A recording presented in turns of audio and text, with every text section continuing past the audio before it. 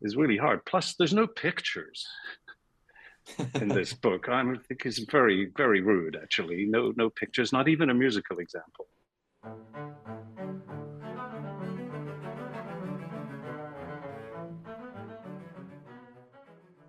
Hi everyone.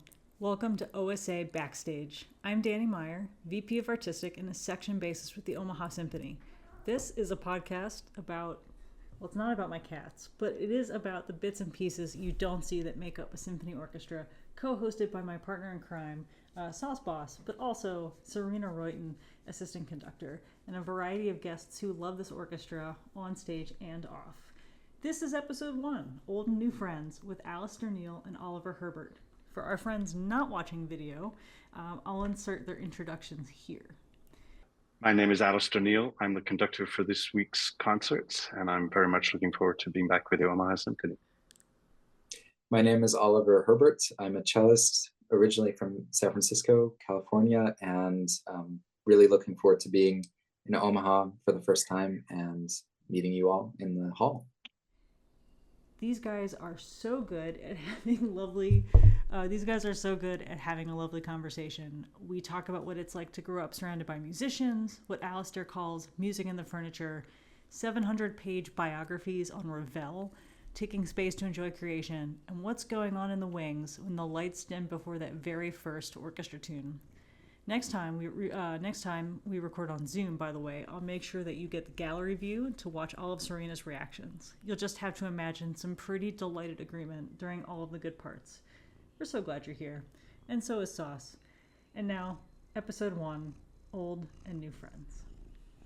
We are absolutely delighted that you two are coming to Omaha and working together. And as we were getting to know more about you, your family traditions.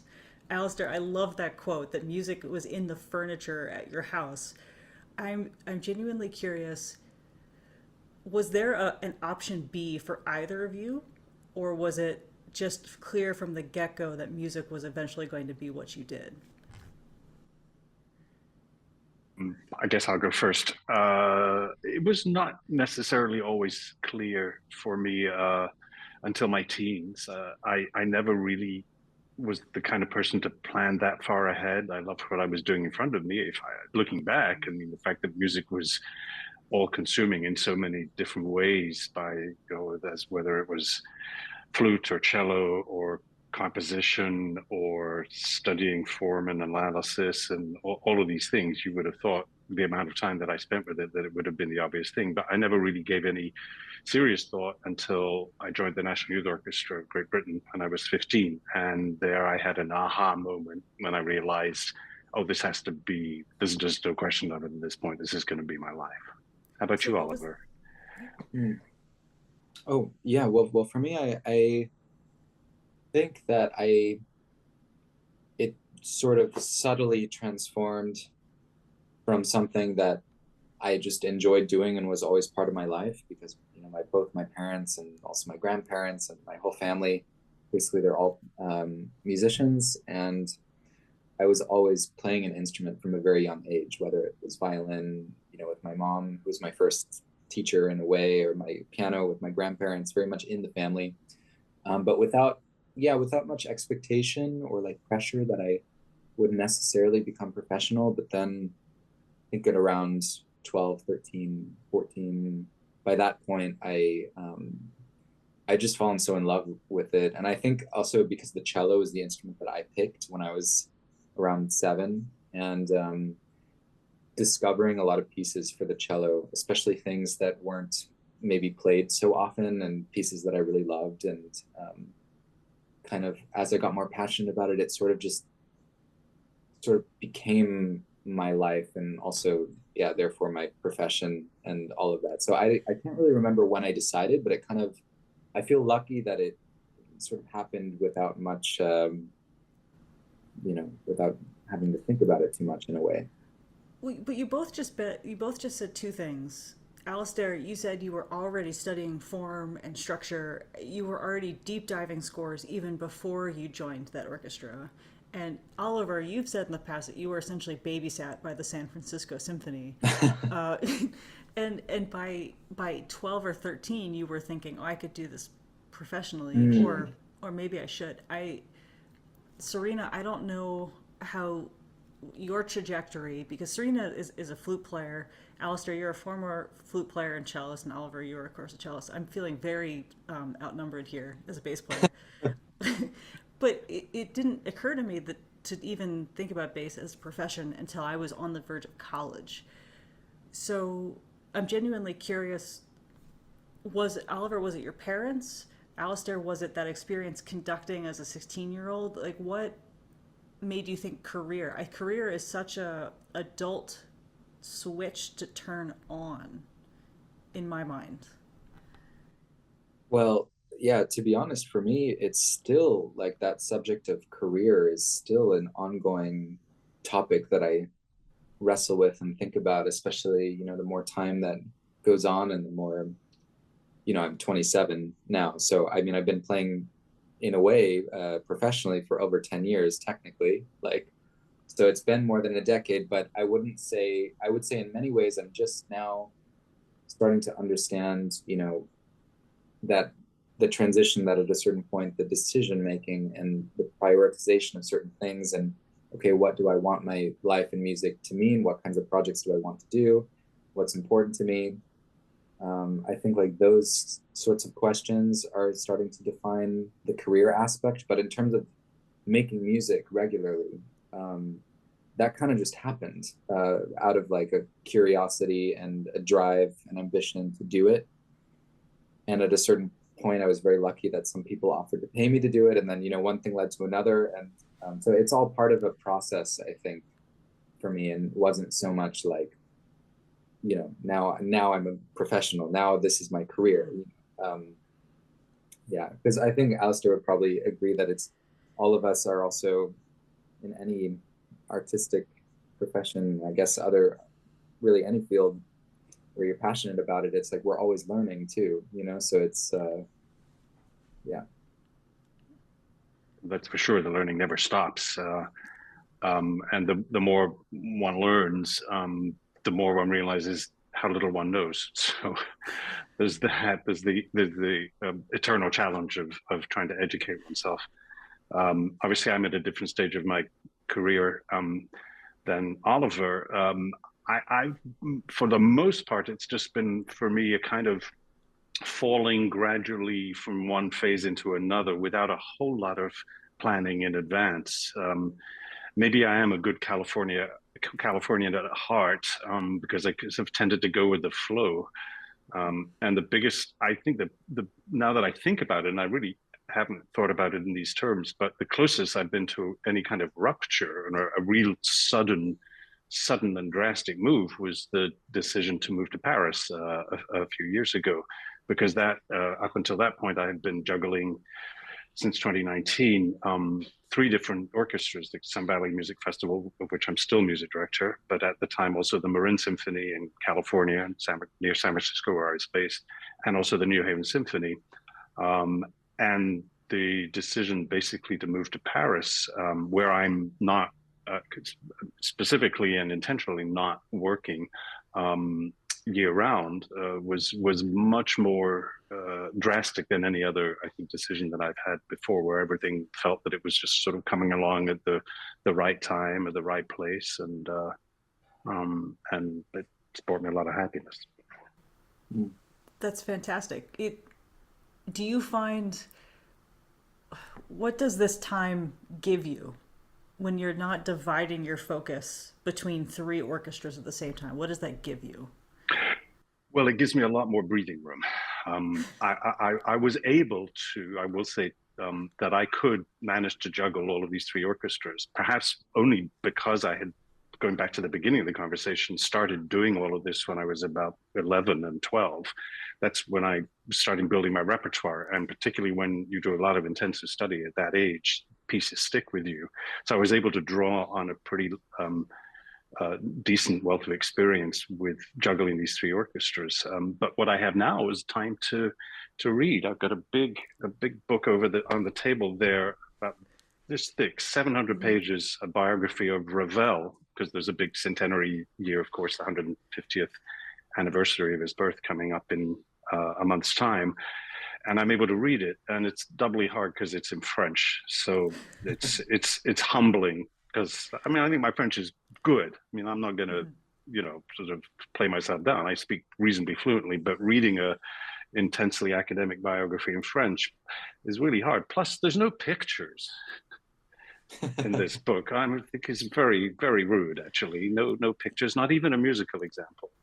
You would Anyway, think Ravel would have done some cartoons or something. Would have had like a sketchbook somewhere. He was a oh 700 pages on Ravel. So clearly you're still studying, even if you're not studying 3 orchestras worth of scores. You're still devoting.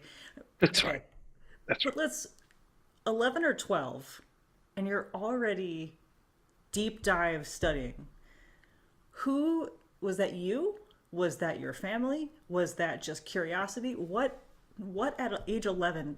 Okay, now to be fair, I know like dinosaurs, cars, rocket ships, the planets. Like everybody picks one and goes whole ham on it. Was music for you then? Was that the whole ham? Gonna deep dive this? Would have had to have been for me. Yeah, I mean, there's not much else I could do. I certainly couldn't. I couldn't throw a ball in any given direction, or velocity. So that was out, and I hated it. So yeah, I gave no thought to it. It just seemed natural. It's just what I love to do with my time, and I had various interests. Um, yeah, for me, I don't know about for you, Oliver. Um, well, I can relate to that in a way because, but I think for me, it was also specifically the cello that I had found something that, like, I was more reserved as a kid, for sure, than I am now.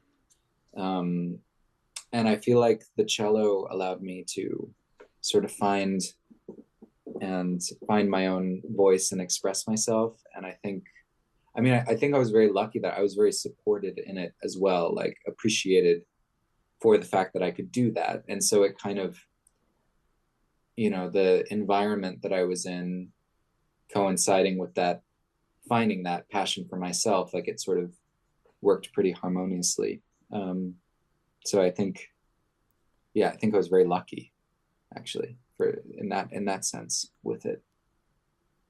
That's I think, phenomenal, Serena. yeah, so I have this similar trajectory, I think, to Dani, where I came to music quite a bit later. I didn't even realize it could be a career until I met, I think, other peers who were more like Oliver and Alasdair, who grew up with music and had already, it was just never really a thought to them that they shouldn't pursue music as a career.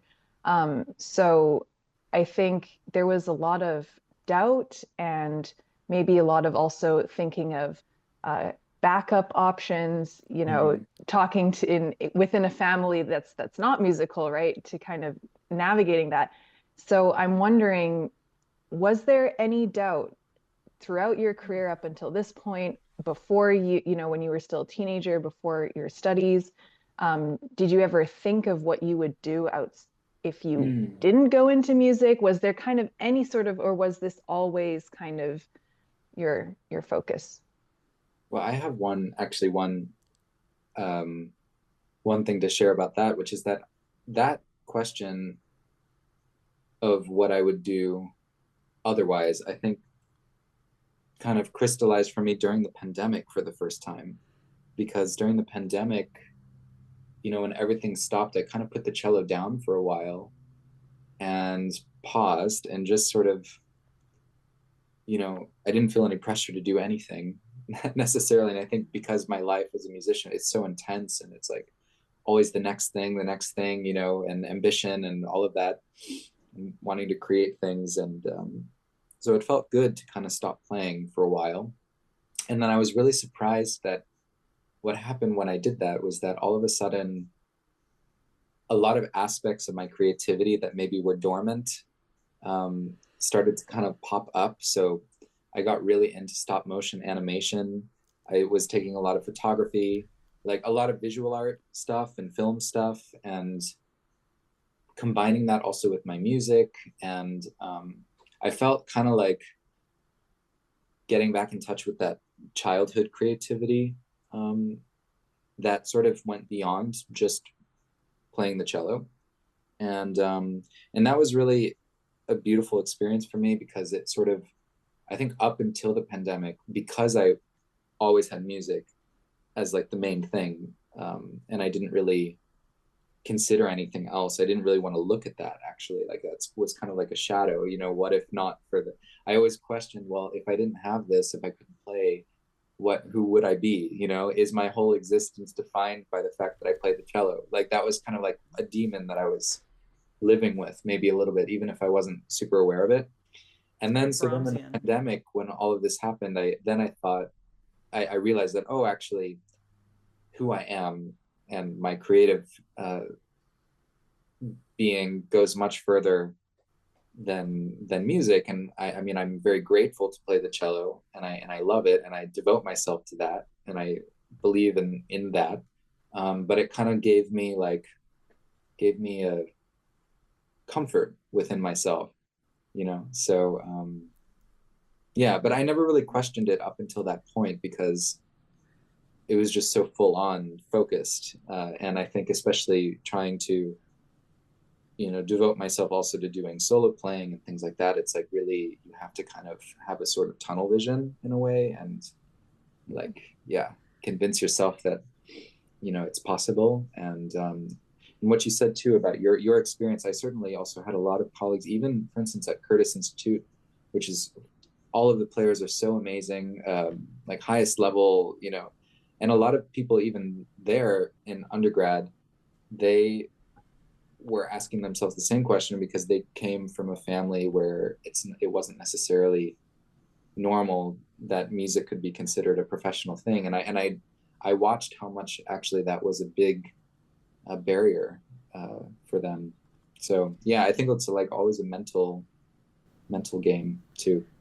It's not really doubt then. It's just you like you said, tunnel vision. You took away space for you to consider other things, and it wasn't until you literally had to acknowledge that there was space for an indeterminate amount of time that you could start entertaining things. And even then, I love the fact that you were able to pursue things that bring you joy, that make you happy, and still return to the cello though as your, no, I still love this. This is still the direction I want to go in for right now.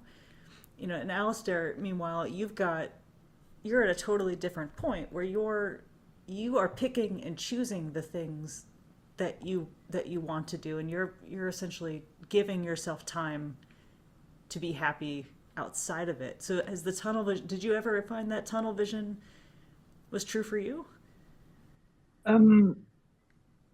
It's a good question. I mean, I to a certain extent, I think as a conductor, you have to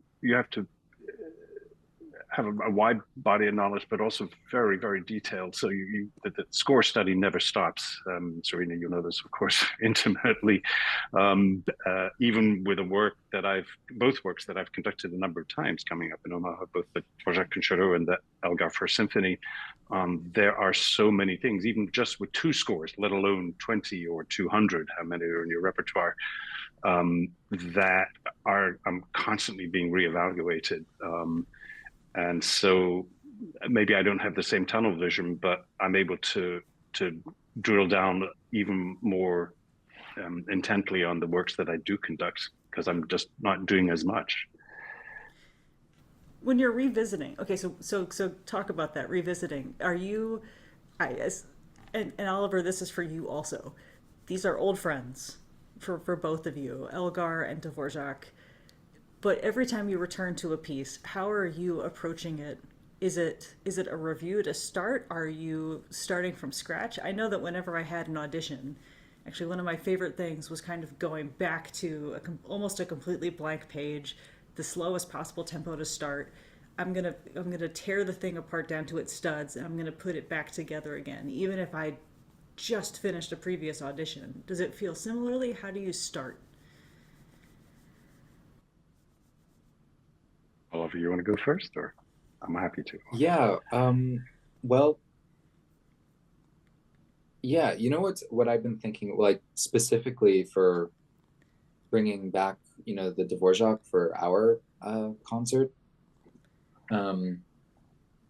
Something that I find really interesting is that I feel how, you know, every time between playing this piece, maybe I, you know, learn another piece in the meantime, or I'm working on certain things, or I'm focusing on other repertoire.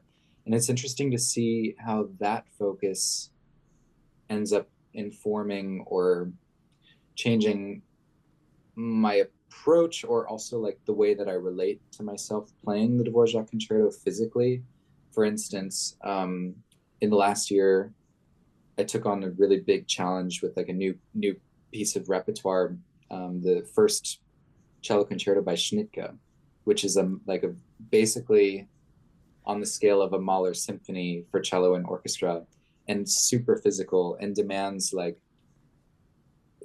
sort of physical approach where you train the confidence that's needed in order to play this piece and to kind of handle it. And like on the most basic terms, like that translates to having a lot of comfort and very like high positions on the cello all the time, and shifting up to those notes that are in the, you know, in other regions of the instrument with like total security and confidence. And so I feel, okay, after I learned that Schnittke concerto, actually certain things in the Dvorak are, I have a map for it in a more clear way in my head.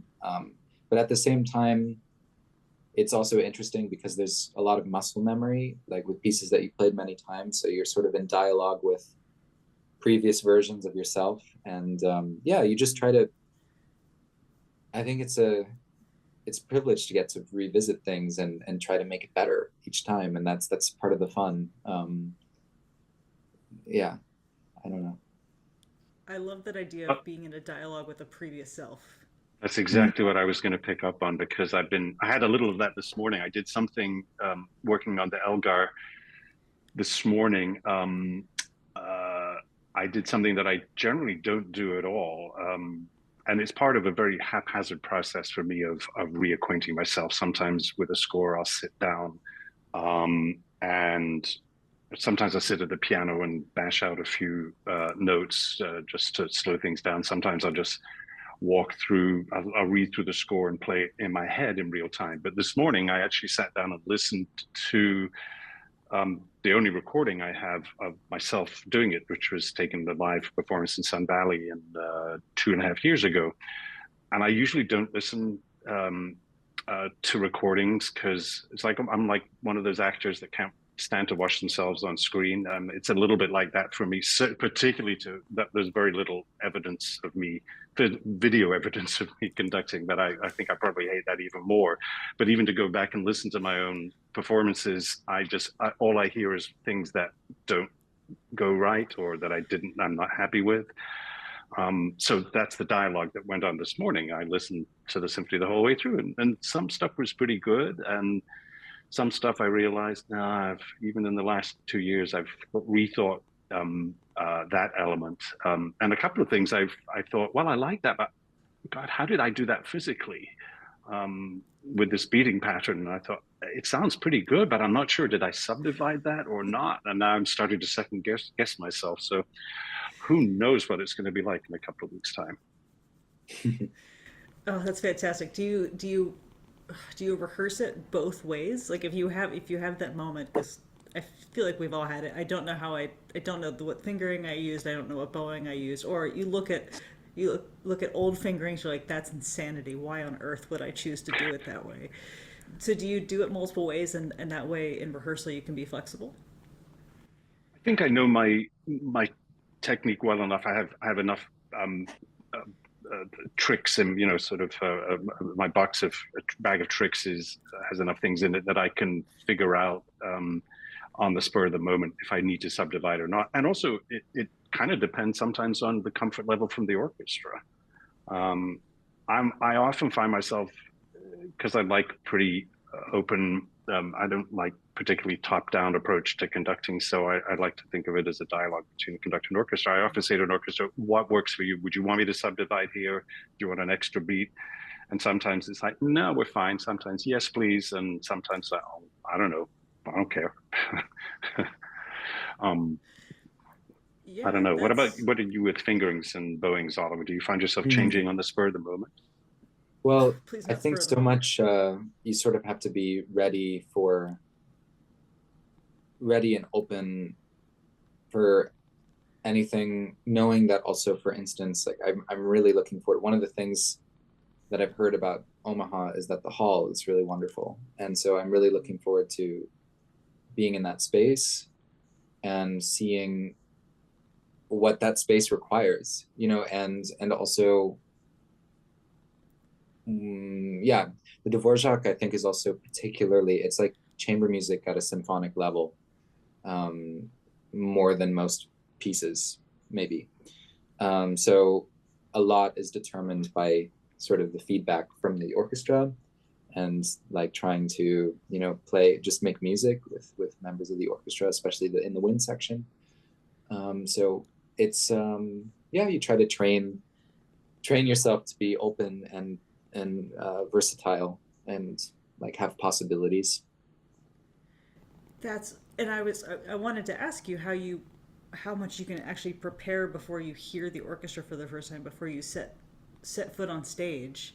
But it sounds like essentially you're both getting yourself to a place where no matter what, you can pivot.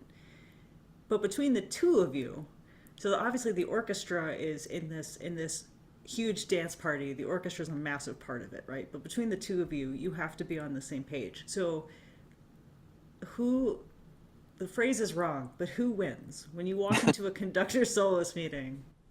Who The wins? I think it yeah, I ought to would be an honorable draw. yeah, probably our response is like I would say that he wins, he would say that I win. uh, Yeah. yeah, no, but actually, um, well, I don't know if you all know this, but the first time that I ever played the Dvorak concerto was with Alasdair, and so as a cellist, that's very special, you know, to because it's such an important piece for us, and so I think, and actually, my first Elgar concerto was also with Alasdair. So he's been very important in terms of my development, and also, but by the time that, you know, we did those on those occasions, Alasdair had done the pieces probably dozens of times, and so I think, you know, I was bringing my approach, but also I try to be very receptive and just yeah, have strong convictions, have a very strong idea of what the ideals are, but then every collaboration, I think once you're there, it's you sort of have to like set the ego aside and think, okay, how can we all together make this the best that it can be in this moment, and yeah, so I don't know, Alasdair, what do you what do you think? Yes, I think absolutely. I agree with everything that you said. And for us doing the Dvorak concerto and the Elgar for me to be on the podium the first time you were doing these two pieces were very, very special for me because some of you may not know, but I've known Oliver since he was about 3. And my first, Oliver, I hope you won't, this is not going to embarrass you, I don't think, but I mean, I'll tell the Okay. story that my first memories of Oliver were seeing him as a 3-year-old up at the festival in Sun Valley in Idaho, where at the time both of his parents played in the orchestra. And he would sit on his own in about the third row of the audience throughout a 2.5-hour rehearsal, very still and quiet, and just taking everything in. And I saw I figured out who he was at a certain part, it was obvious. And this little boy just very super aware and sensitive to what was going around him. And I thought, well, I'm going to file that away for future reference because that's not an average 3-year-old. So having known him over the years and seen him go up and become this incredible musician, I felt it was very, very special to have been on the podium, as I say, for these two standard bearer cello concertos for the very first time. And it was just easy. I think only a really bad musician or a bad conductor would say there's only one way to do this piece. Part of the problem that I find when I'm exploring all of these scores time and time again is that's well, which option is going to be on the table today? I can't go to an orchestra and say, well, I don't know, what tempo do you think it should go at? uh, you have to at a certain point just make the decision. But the thing about a concerto in particular is that I may feel certain tempos a little microscopically different from Oliver, or certain turns of phrase differently, but it's, he's the one that's really the voice, principal voice in everything. And as long as it's convincing, I don't see any reason for me to micromanage or get in the way. I just my job is to be sort of, as best I can, like a silk glove. And Oliver is really the hand that moves the piece forward. I love that so much. Okay, when you first did the Dvorak together, one, do you remember when that was? How long was that? But we're nodding ruefully because this was, I think it was March 5th, 2020, which was about 5 days before lockdown. It was the very last thing that I ever did before all hell broke loose. So yes, I remember it well. Oh my gosh. Okay, so let's set aside everything happening outside the concert hall. Oliver, for your first performance of the Dvorak, what surprised you? Oh, yeah. So it surprised me just how much is demanded in terms of presence from the soloist in that piece. Like, because you learn the piece, and you practice, and you're playing, and of course you think about making a big enough sound for the hall, all of those things, but then somehow, like, just the power of that piece when with the orchestra there, it's like one of those feelings where it's like, okay, now it's time to rise to the occasion. It's like I couldn't have anticipated what it demands. But it's such an amazing piece of art and overall piece of art and overall narrative of a piece. So it's I really coda. Did you get Sorry? to that coda and think, I need a Gatorade or a sports drink or an IV or something? Well, I think actually it's just that, like, maybe one specific thing is that, for instance, one of the challenges of the piece is it just takes experience to know, in the softer music or in the more intimate expressions, there's a degree in which certain moments allow you to, like, really bring the audience in. But then there's also a lot of music that the orchestration is quite dense. And so, of course, that's everybody in the orchestra ideally knows, and certainly the conductor, and we're all managing that. But at the same time, like, it was a surprise to me that sort of it's a piece that needs to be carried and lifted up, by the soloist. It just takes a lot of support. Like, I guess, translating to, if it were a work for a singer, you need a good support to carry it all the way through. And I think there's some kind of parallel with the approach to the cello in that piece. And it's it just surprised me also that it's a piece that kind of takes it's a journey, so it takes you away, and it's a pleasure to sort of be part of that. On the podium side of that, not just even your first performance at the Dvorak with Oliver, Alasdair, but how did you, possibly your first conducting a concerto performance ever, what came out of that? Because it suddenly becomes, I imagine, if you feel like you're holding something very precious and very fragile, you're in charge of. So how do you approach that? I think listening is key.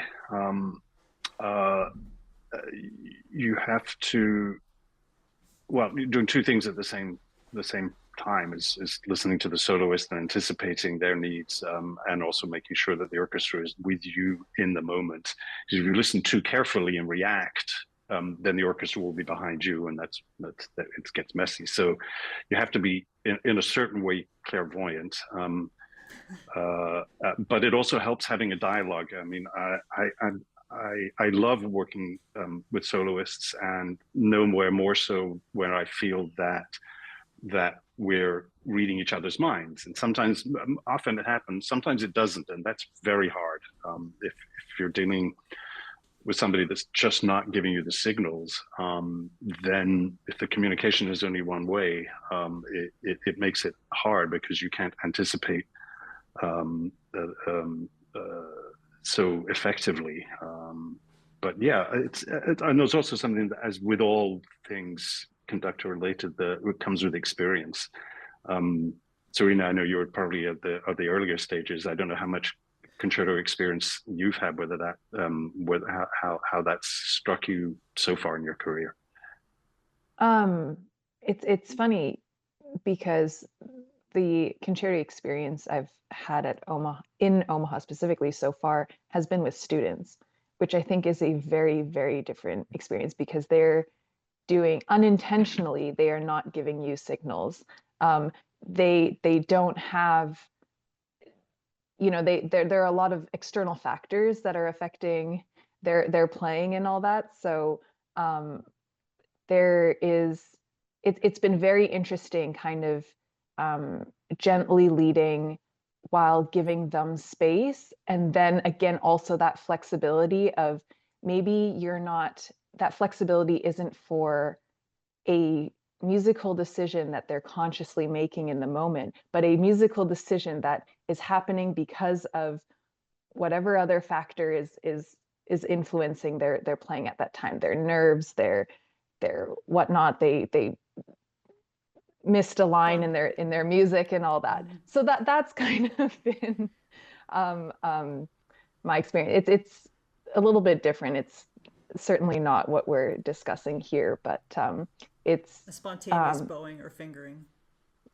Yes, because they ran out of bow, or or they're taking a much faster tempo because of nerves, and that's a little tripping. But it's been very good, and I hope that experience, or I know that will inform and make all the subsequent soloist interactions easier, I hope.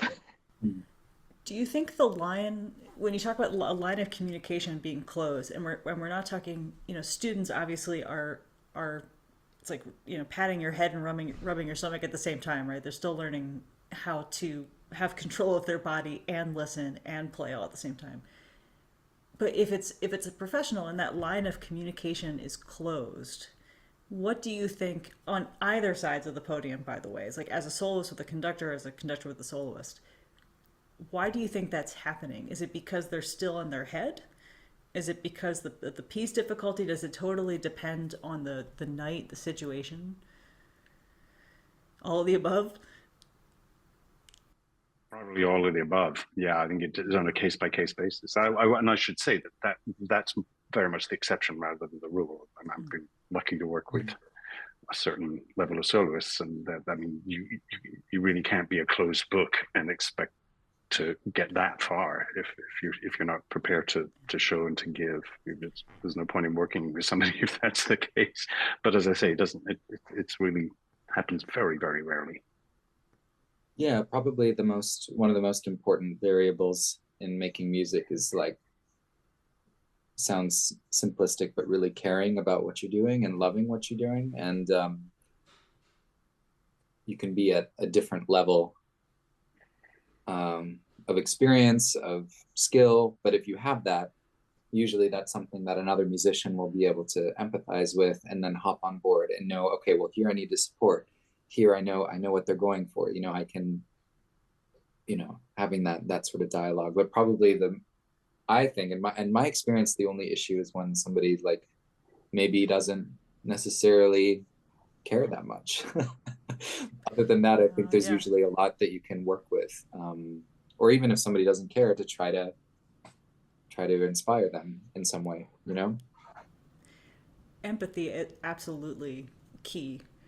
I love that you can do all the prep in the world, and all of the score study and all the work in advance, and if you're not empathetic and listening on stage and open to that, it's still not going to feel very good. Which leads me though to my next question. Those 5 minutes, 5 seconds before you walk out on stage, the rest of the orchestra is already out there. We are ready. We're warmed up. We're ready to go.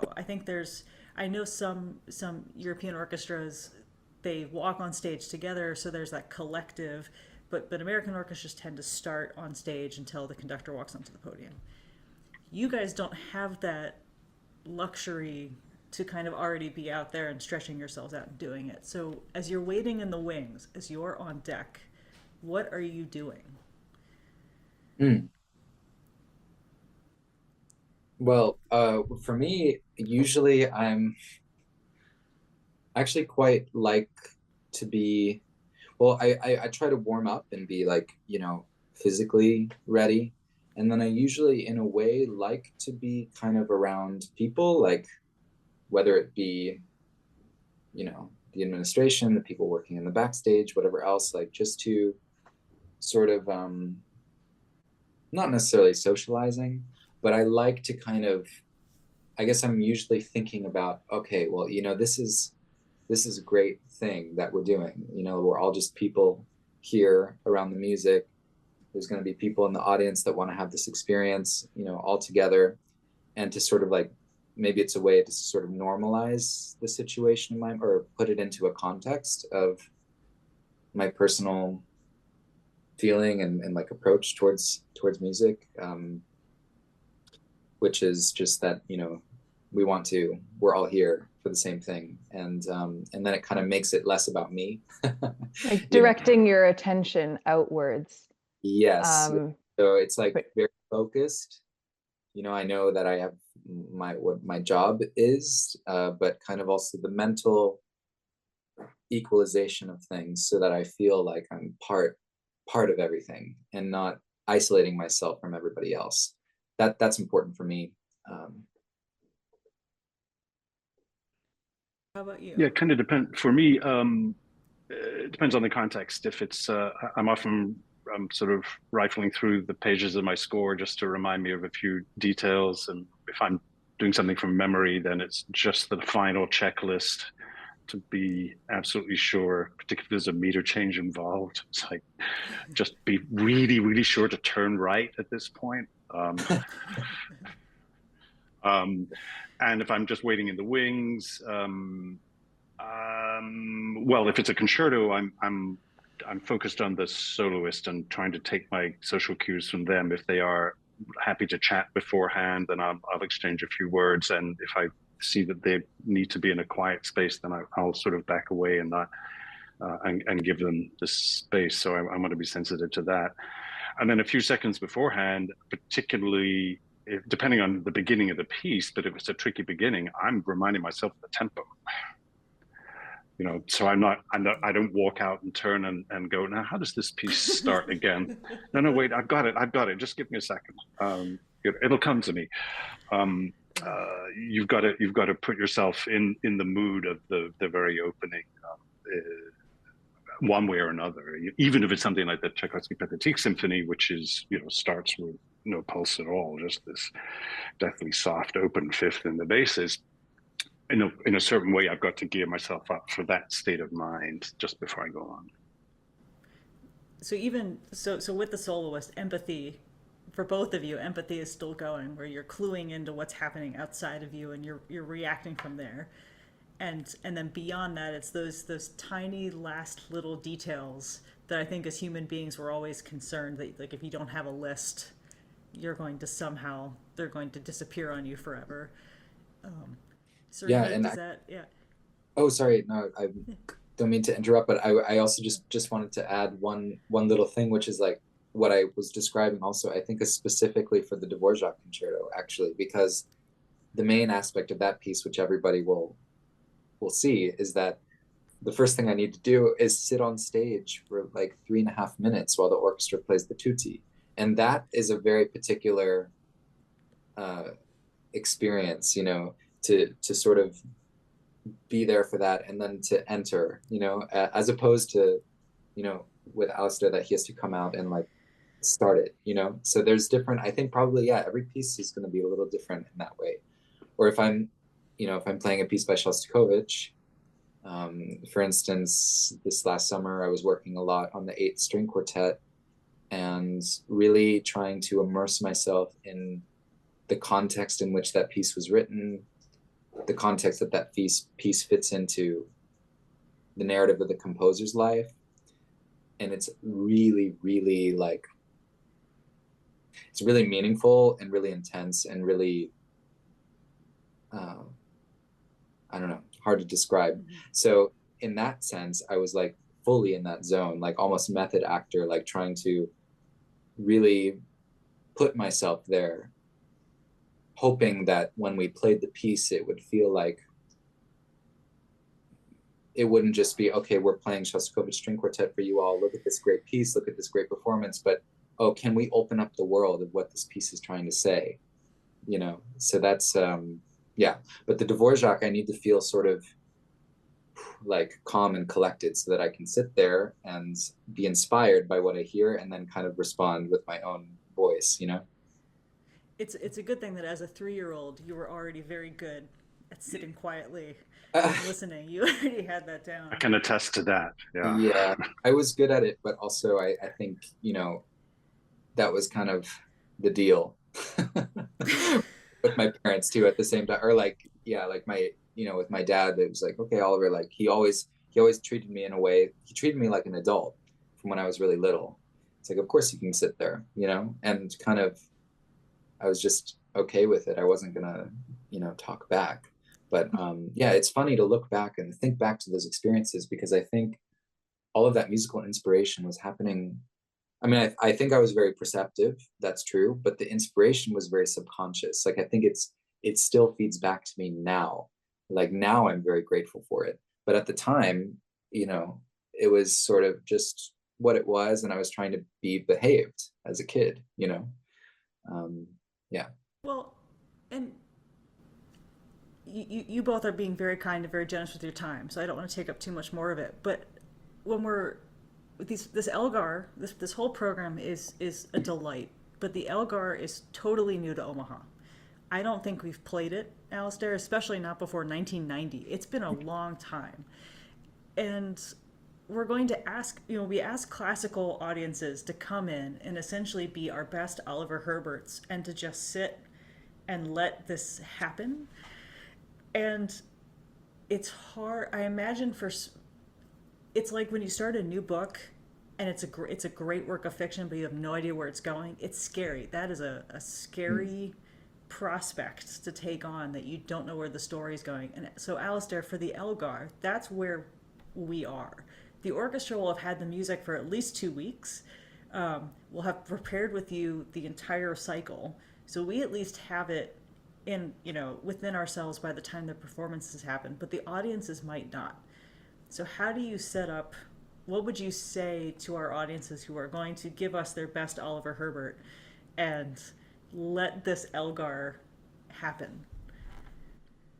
First, and I don't want to sort of usurp the role of Omaha Symphony historian, but I actually do think that the orchestra has done it in the past. And the reason I know this is one of my best friends, conductor, we were college roommates at Yale, David Hagee, was music director of the Omaha area youth orchestras in the 1970s and studied with Tom Berchetti.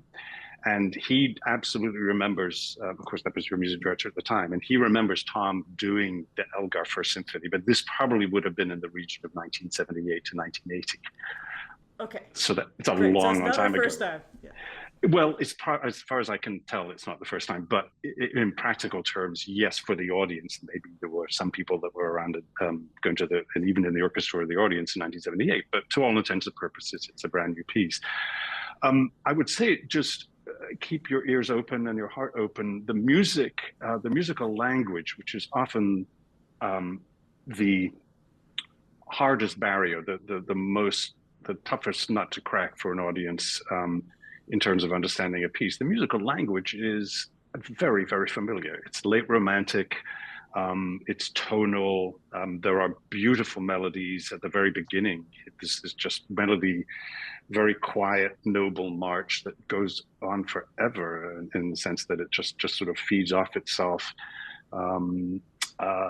It covers a wide range of emotions, and it will take you there. It's longer than some symphonies. It's about 50 minutes, and above all, focus on this incredible slow movement that's one of the great adagios of the symphonic repertoire. And it doesn't. I mean, it's cool to know that the melody in the slow movement is the same will-o'-the-wisp frantic melody that opens the scherzo. The notes are exactly the same, but it's slowed down by about 50-fold. So it's exactly the same notes. You don't need to know that because you can listen to the scherzo as this crackling, energetic will-o'-the-wisp, as I say, piece, and the slow movement, which flows directly out of the scherzo, as this incredibly noble Beethovenian, beautiful, exalted music. They're drawn from the same font, which is the same font, which is pretty extraordinary. And it has a wonderful, happy ending. And just it's our job to take everybody along for the ride. But in terms of trying to understand the musical language, I think it's if you know the Enigma Variations, you know the Cello Concerto, you know Land of Hope and Glory. It's all kind of from that same stream.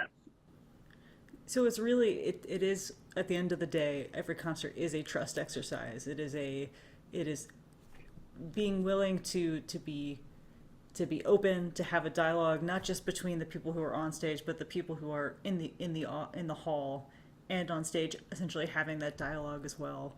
And then just being open to something that you might not know and would grow to love. Gentlemen, this was so much fun. Thank you for spending this time with us. Any last thoughts, anyone? I'm certainly looking forward to coming back to Omaha. It's been so long, I can't even remember the last time I conducted the orchestra. It must be at least 20 years. But I'm looking forward to seeing the new hall, and doing this wonderful repertoire, which probably, as you mentioned, most of the orchestra hasn't seen in terms of the Allegro Cello Concerto, and with the Dvorak to see and work with my dear friend Oliver once again. I'm really looking forward to that. That's going to be a treat for me. And Oliver, you have ties, by the way, to the Omaha Conservatory, which I don't want to forget, because your mom she taught at Soundwaves, right? Yes, I don't know this, not too familiar with this like specific names of the programs, but my mom has taught in Omaha many times with Ruth Meintz is yeah.